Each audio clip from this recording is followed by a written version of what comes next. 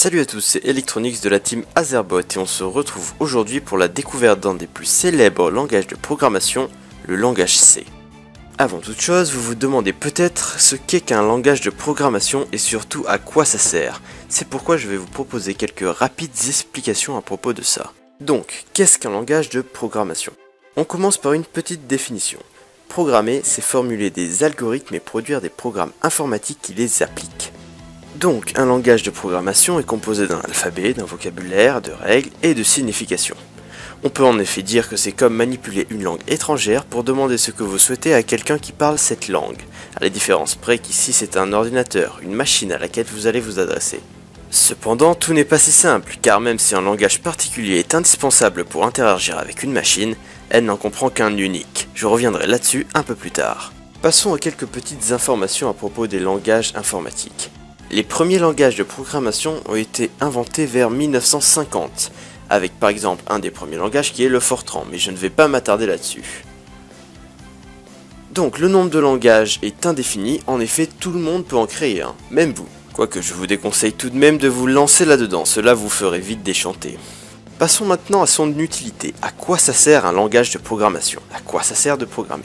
Eh bien la réponse est plutôt simple, vous pouvez tout, absolument tout faire, tant que cela reste dans le domaine du possible et qu'un ordinateur peut exécuter ce que vous lui demandez.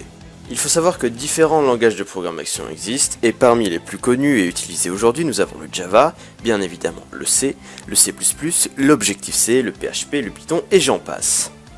Chacun a ses particularités et sont appliqués à certaines tâches.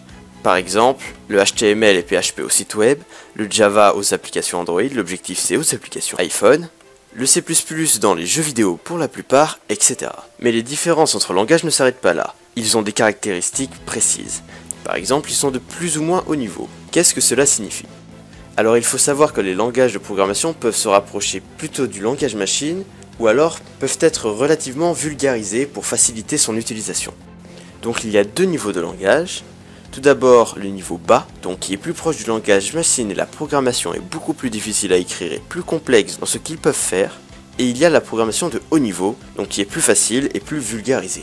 À présent vous vous demandez peut-être comment interagir avec cette machine. Eh bien c'est simple, on peut le faire à travers plusieurs outils intégrés à l'environnement de développement, qui vont permettre de transcrire le code que vous avez écrit en langage machine. Cet environnement de développement justement, qu'est-ce que c'est? Eh bien la réponse là encore est simple. C'est la plateforme qui va vous permettre de vous exprimer, de discuter avec la machine. Il faut voir ça comme un traducteur automatique. La machine parle un langage binaire composé de 0 et de 1, tandis que vous codez dans un langage quelconque de programmation. Je parlerai plus précisément de cette plateforme qui varie selon les langages plus tard. Ici, nous n'aborderons que celle comprenant le langage C.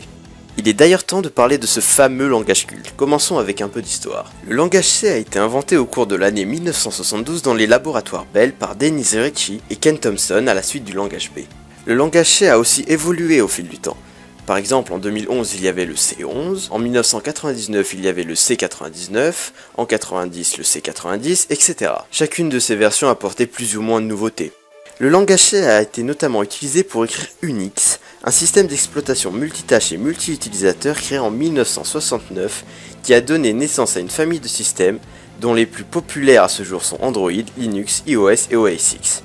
On nomme famille Unix tous les systèmes de type Unix ou simplement Unix dans l'ensemble de ces systèmes. Microsoft Windows a aussi été codé en C, ainsi que le noyau Linux. Comprenez que c'est en langage C que la plupart des logiciels et systèmes d'exploitation des plus puissants ont été codés. Il a aussi été la base de certains langages modernes tels que le C++, le Java ou encore le PHP. Si l'envie vous prend, vous pouvez bien entendu utiliser ce langage pour créer votre jeu vidéo ou encore votre propre système d'exploitation.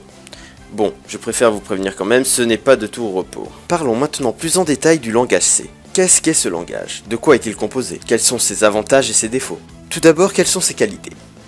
Alors c'est un des plus vieux langages encore énormément utilisé, ce qui signifie que de nombreuses personnes connaissent son utilisation et pourront donc vous aider si vous rencontrez un problème, par exemple via des forums.